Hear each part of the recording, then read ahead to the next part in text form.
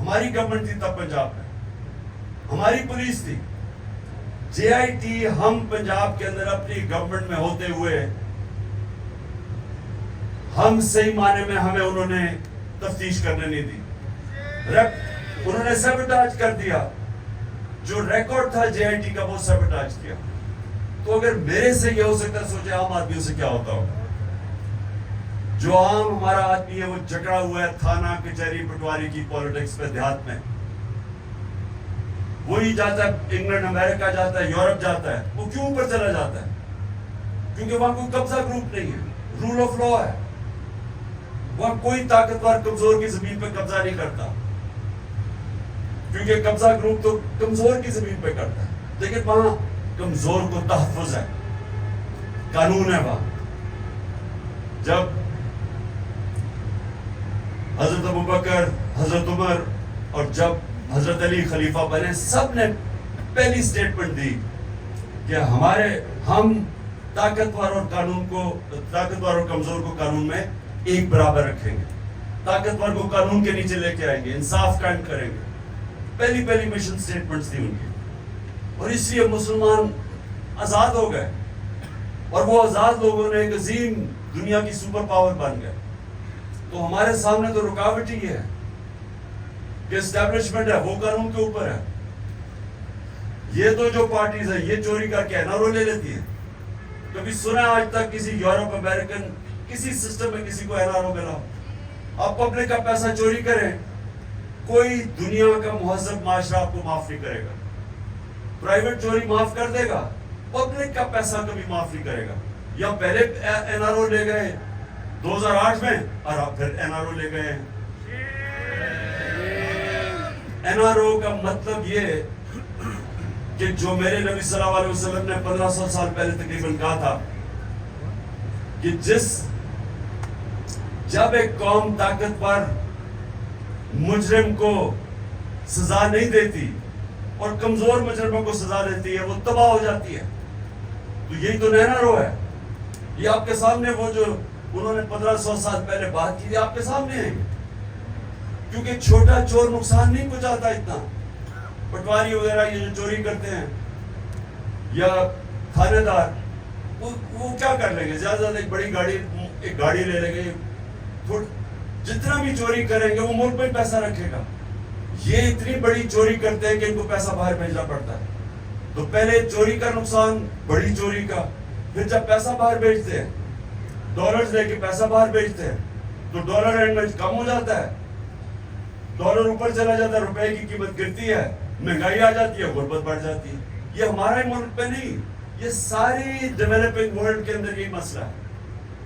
Nigeria تیل کے ذخیرے پہ بیٹھا ہوا ہے, سب سے زیادہ تیل ہے افریقہ میں, اور غربت بھی ہے. کیونکہ وہاں بھی وہ بڑے بڑے جو چور ہیں, وہ ڈاکو ہیں, ان کو نہیں پکڑ سکتے. وہ سارا پیسہ چوری کر کے باہر بھیج دیتے ہیں. تو ہمارا مسئلہ اور آپ سب کے لیے, کیونکہ آپ وہ کمیونٹی ہیں جو یہ سمجھتی ہیں, آپ قانون دان ہیں, آپ کو سمجھ ہے اس چیز کی. آپ کو سمجھنا چاہیے کہ یہ جو اب موومنٹ چل رہی ہے رول آف لا کی, اس کے یہ رکے گی نہیں ابھی, کیونکہ یہ جدوجہد ہے, یہ جہاد ہے. انصاف جو ہے ابھی آپ نے اور زندہ ہونا ہے انشاءاللہ. اس سے زیادہ میں آپ کو سنا سکتا ہوں.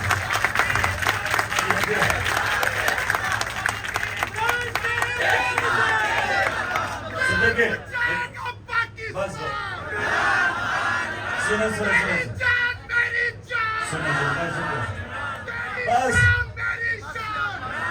سنو میری بات.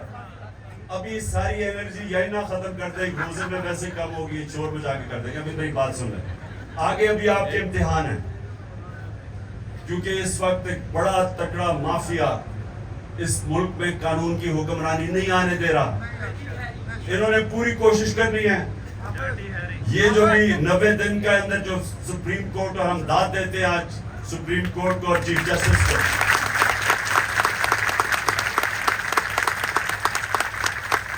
ہر قسم کے پریشر کے باوجود, پریشر ایک دو مافیاز کی, دو پارٹیز جو الیکشن سے بھاگے ہوئی ہیں, ان کا پریشر ایک تھا, اور دوسرا نامعلوم افراد کا پریشر تھا. تو ان دونوں نے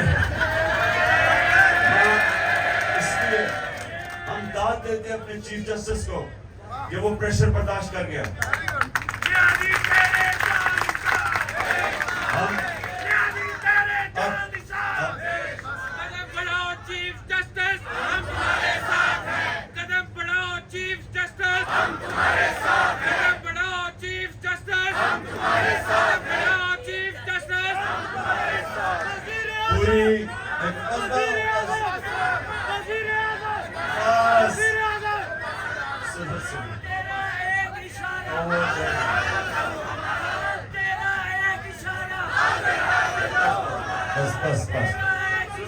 سنیں میں ذرا آخری دو باتیں آپ کے سامنے کر دوں. سننے میری بات. اس وقت انہوں نے پوری کوشش کرنی ہے ابھی بھی الیکشن نہ کرنے کی. یہ پوری کوشش کریں گے. تو اس لیے آپ سب کو تیاری کرنی چاہیے.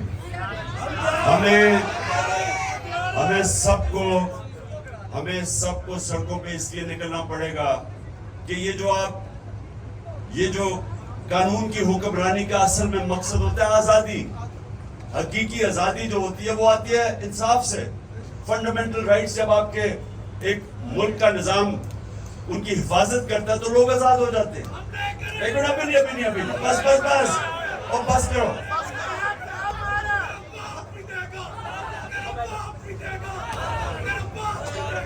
دیکھو نعروں سے آزادی نہیں ملتی.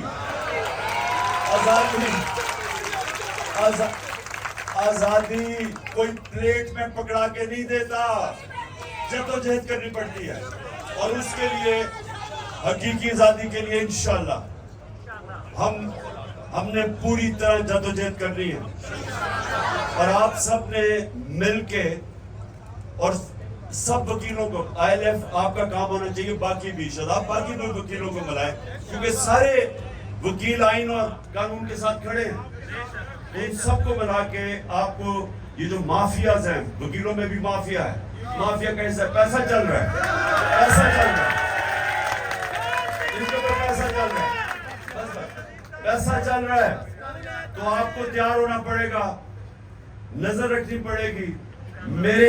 ابھی بھی یہ الیکشن سے نکلنے کی کوشش کریں گے اور ہم نے ان کو الیکشن سے نکلنے نہیں دینا. یہ جو آپ کو پتا نا ہم جب چھوٹے میں جب کرکٹ کھیلتا تھا بچپن میں تو جب ایسی بھی روندو ٹیمیں آتی تھی جب وہ جب ہارنے لگتی تھی نا وہ وکٹیں اٹھا کے بھاگ جاتے تھے. تو اب یہ بھی وکٹیں اٹھا کے بھاگ رہے ہیں. ہم کہہ رہے ہیں واپس آؤ کھیلو میچ. بھاگ رہے ہیں الیکشن سے.